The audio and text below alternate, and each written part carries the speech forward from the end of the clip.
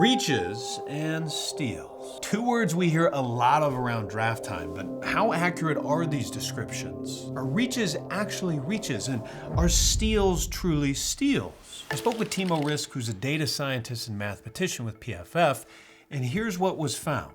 We have two curves here, draft expectation and board expectation. Now, at one point, these two terms seemed interchangeable to me, so I want to break down the differences between the two. Draft expectation in this case is how we should expect a player to perform based on where he was actually drafted.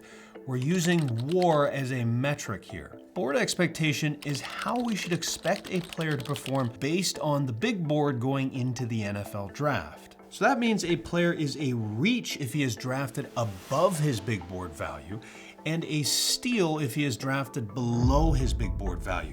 This is common metrics used in draft grades for most analysts. For example, our boy Mel Kiper hammered the keystrokes to complete these two words 17 times when he was doing his post-draft analysis. If the big board were perfect in predicting steals and reaches, the yellow curve would just be diagonal from top left to bottom right.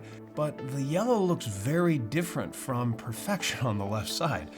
Closer to perfection on the right side, which basically drives the conclusion that, well, reaches are reaches, but steals aren't necessarily steals. This follows the wisdom of the crowd notion. When drafting a player, it's probably more likely that he is not a steal versus all it takes for one player to be a reach is one team to say, yeah, we'll take a shot on the guy. But we just use Sanders as an example. 143 times teams said no. So if there's a collective no, that's a lot more evidence to suggest maybe this player isn't who the big board thought he was. Whereas in order for a player to be a reach, it only takes one team. I did a bigger breakdown of this on my channel, but follow for more content here.